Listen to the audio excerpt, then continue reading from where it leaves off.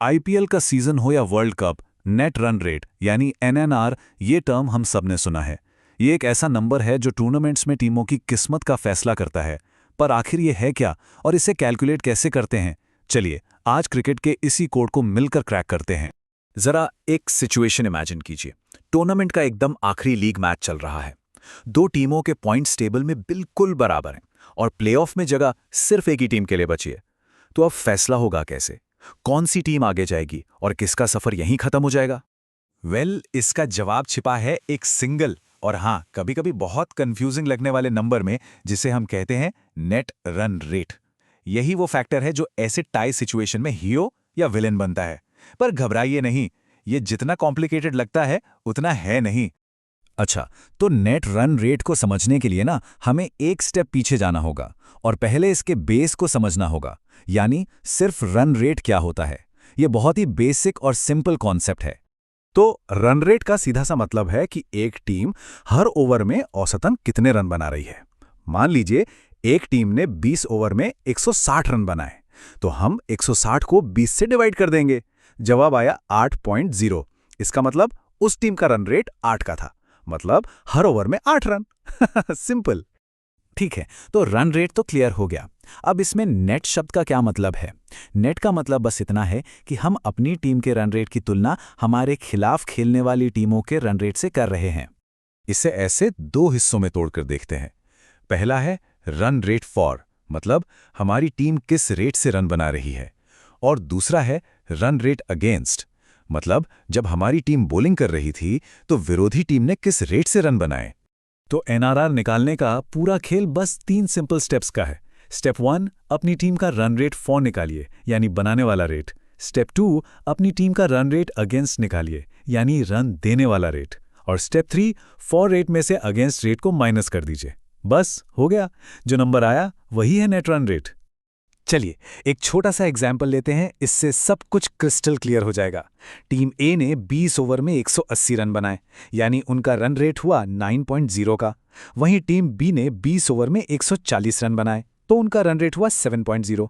तो टीम ए का एनएनआर क्या होगा? 9 - 7 यानी +2.0, और टीम बी का 7 - 9 यानी -2.0। एकदम साफ है, जो टीम जीती उसका एनएनआर प्लस में और जो हारी उसका माइनस में। चलिए अब थोड़ा और गहराई में उतरते हैं। उन रूल्स की बात करते हैं जहां अक्सर लोग कंफ्यूज हो जाते हैं। ये वो छोटी छोटी डिटेल्स हैं जो एक कैजुअल फैन और एक एक्सपर्ट के बीच का फर्क बताती हैं। सबसे बड़ा सवाल जो दिमाग में आता है, क्या होगा अगर कोई टीम अपने पूरे 20 ओवर खेले बिना ही ऑल आउट हो जाए? मान लीजिए कोई टीम 18.5 ओवर में ही सिमट गई, तो उसके रन रेट के लिए हम कितने ओवर गिनेंगे? 18.5 या पूरे 20? और यहीं पर होता है एक बहुत ही जरूरी नियम। अगर कोई टीम अपने कोटे के पूरे ओवर खेलने से पहले ही ऑल आउट हो जाती है, तो भी रन रेट की कैलकुलेशन के लिए ओवरों का पूरा कोटा ही गिना जाएगा। T20 है तो पूरे 20 ओवर। जी हां, ये सुनने में भले ही अजीब लगे, पर ऑफिशियल रूल यही है। इस इंडिया साउथ अफ्रीका वाले मैच के एग्जाम्पल से समझते हैं। भारत 18.5 ओवर में 111 रन बनाकर ऑल आउट हो गया, लेकिन एनआरआर कैलकुलेशन के लिए उनके 111 रनों को 18.5 से नहीं बल्कि पूरे 20 ओवरों से डिवाइड किया जाएगा। इससे भारत का रन रेट बना 5.55, जबकि साउथ अफ्रीका का 9.35 था। नतीजा ये हुआ कि इस एक मैच में भारत का एनआरआर -3.8 हो गया। इससे एक बात तो पक्की है, जल्दी ऑल आउट होना एनआरआर के लिए बहुत बहुत बुरा है। अच्छा, एक और कंफ्यूजन, ओवर के टुकड़ों का क्या? मतलब अगर कोई टीम 19.3 ओवर में ही मैच जीत लेती है, तो उस 0.3 का हिसाब कैसे होगा? उसे 19.3 तो नहीं मान सकते क्योंकि वो गलत है। याद रखिए, एक ओवर में 6 गेंदें होती हैं, 10 नहीं। तो हर गेंद ओवर का 1/6 हिस्सा है। इसलिए 19.1 ओवर का मतलब हुआ 19 और 1/6 ओवर, यानी 19.167। इसी तरह 19.3 ओवर मतलब 19 और 3 गेंदें, जो कि आधा ओवर होता है। तो कैलकुलेशन में हम इसे 19.5 लिखेंगे। ये सही तरीका है। और हाँ, कुछ और भी छोटे मोटे रूल्स हैं जिन्हें फटाफट देख लेते हैं। सुपर ओवर में कितने भी रन बने वो एनएनआर में नहीं जुड़ते। अगर कोई मैच बारिश की वजह से रद्द हो जाए तो उसे भी कैलकुलेशन से बाहर रखा जाता है। और जिन मैचों में डकवर्थ लुईस नियम लगता है, उनमें कैलकुलेशन नए टारगेट और नए ओवर्स के हिसाब से की जाती है। तो ठीक है, हमने सारे रूल समझ लिए, पर असल में ये सब इतना जरूरी क्यों है? चलिए देखते हैं कि पॉइंट्स टेबल पर इसका असली असर कैसे पड़ता है। अब इस टेबल पर नजर डालिए। दिल्ली और आरसीबी दोनों के 14-14 पॉइंट्स हैं, लेकिन देखिए दिल्ली का नेट रन रेट प्लस में है, +0.255, और आरसीबी का माइनस में है, -0.333।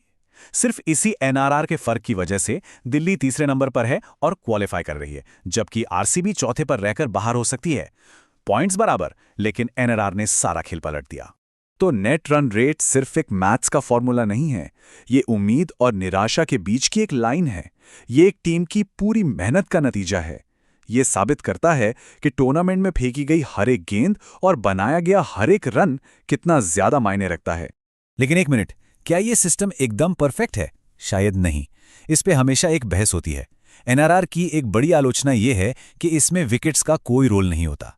मतलब कोई टीम 1 विकेट से जीते या 10 विकेट से, एनआरआर पर उसका सीधा असर नहीं पड़ता, और कई एक्सपर्ट्स को लगता है कि ये सही नहीं है। तो अब जब हम नेट रन रेट की पूरी कहानी समझ चुके हैं, तो सवाल वही रहता है, क्या ये टाई ब्रेकर का सबसे सही और सबसे निष्पक्ष तरीका है, या फिर क्रिकेट को किसी बेहतर सिस्टम की जरूरत है? इस बारे में सोचने वाली बात तो है।